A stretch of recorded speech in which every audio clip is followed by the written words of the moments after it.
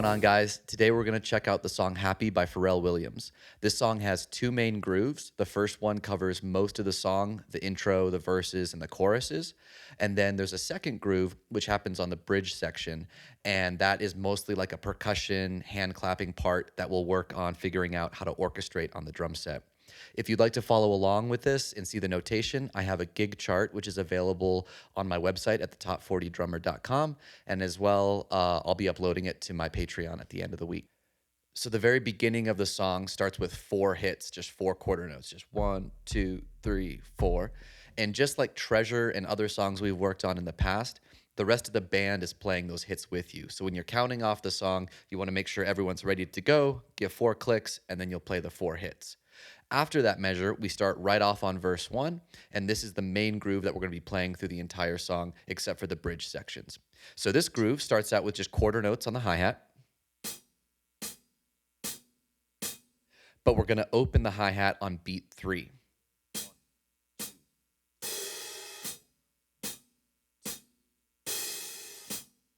Now, one small note on this, we want to make sure that the hi-hat stays open for the entire beat until beat 4. So what I mean by that is we don't want to close the hi-hat with our left foot too soon, like this.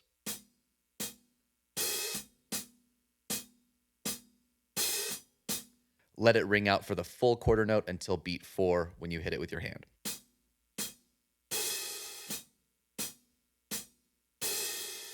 Next, we'll add the bass drum, which happens on beat 1, the and of 2, the and of 3, and the and of 4. So a lot of the upbeats except for our first beat on beat 1.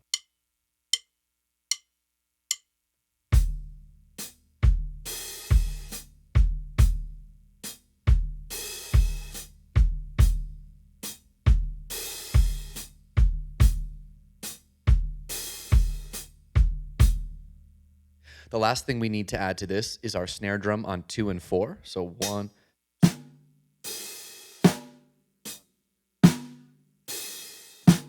So all together, really slowly, it's going to sound like this.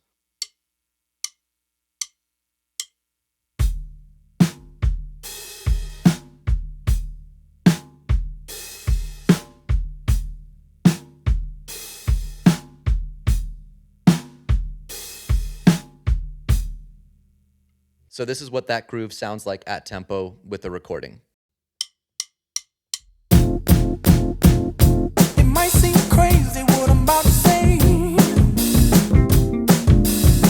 Sunshine, she's here, you can take a break. I'm a hot air balloon that could go to space. With the air, like I don't care, baby, by the way. Now I'll go ahead and play that with chorus 1 so you can hear what that groove sounds like with the recording. Clap along if you feel like a room without a roof. Because I'm happy. Clap along if you feel like happiness is the truth. Because I'm happy. Clap along if you know what happiness is to you. Because I'm happy. Clap along if you feel like that's what you want to do.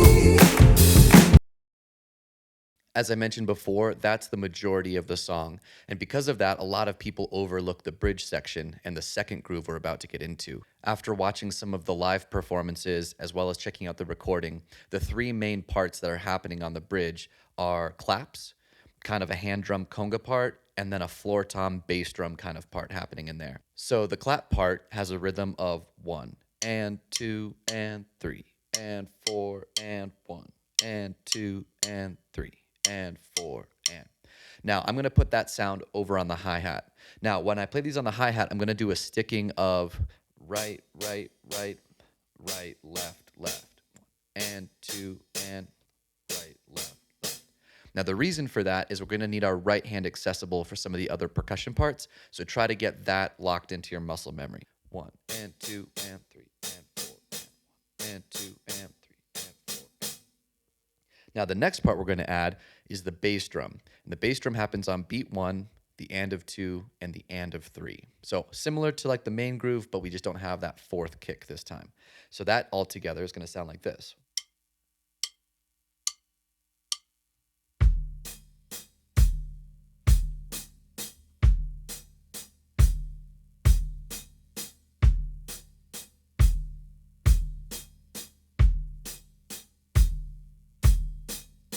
Now, the final part is going to be that hand drum part. Now, the rhythm for this is 1, 2, 3, 4, and 1, 2, 3, 4, and 1, 2, 3, 4, and 1, 2, 3, 4.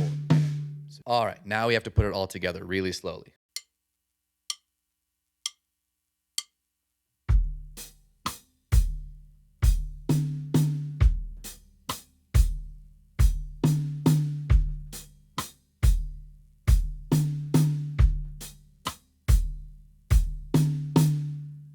So take your time with that. There's a lot of movement. There's a lot of things happening there. So one reason I'm not using my right hand for the hi-hat the whole time is that if I try to play the two high tom notes with my left arm, at least the way my kit is set up, my hi-hat's low enough and my high tom is high enough that the chances of me smacking my left arm are really high. And that's gonna suck and that's gonna be really painful. All right, now we're gonna put all those elements together so you can hear what it sounds like with the recording.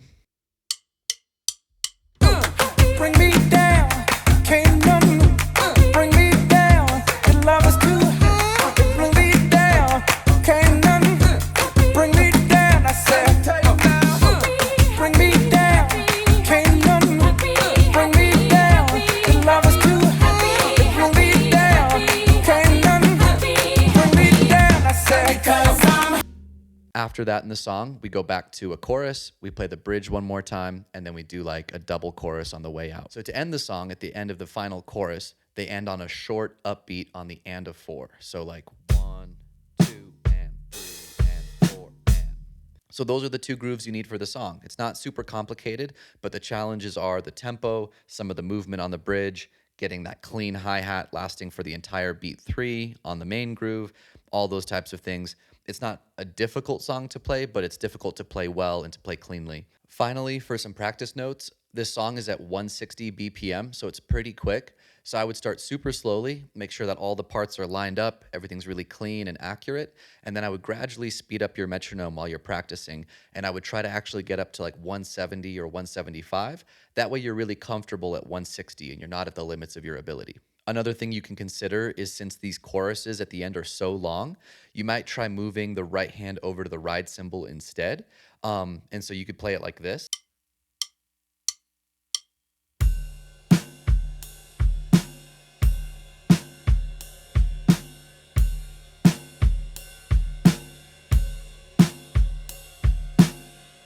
If you want to keep the hi-hat texture in there while you're on the ride, you can move over to the hi-hat with the left hand on beat 3 and still kind of keep that nuance and that vibe there even if you're switching cymbals. And that would sound like this.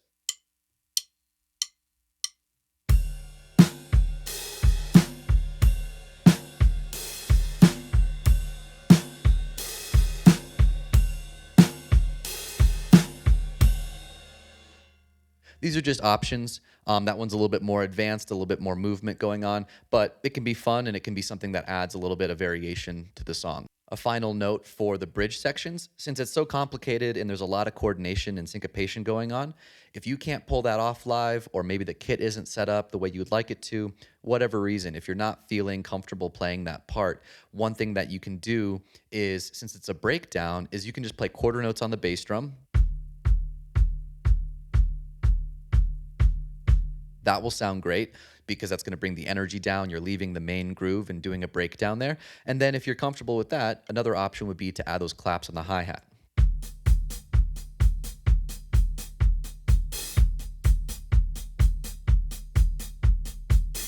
Thank you guys so much for watching. If you have any questions about this song or any of the other songs or covers on my channel, please leave a comment down below, or you can send me a message through my website at thetop40drummer.com. Like I mentioned before, the chart for this is available on my website. It has the tempo, the form, the specific grooves, all the breaks, and it's kind of a summary. It's not sheet music. This isn't a detailed transcription, but it's got all the key elements you need to prepare for the gig, as well as use as a reference on the gig. And things always change live. Singers take an extra chorus, they go to an extra bridge, someone takes a solo. So if you have this and you've practiced with this at home, you'll be in great shape for your next gig. Thanks so much, guys. See you next time.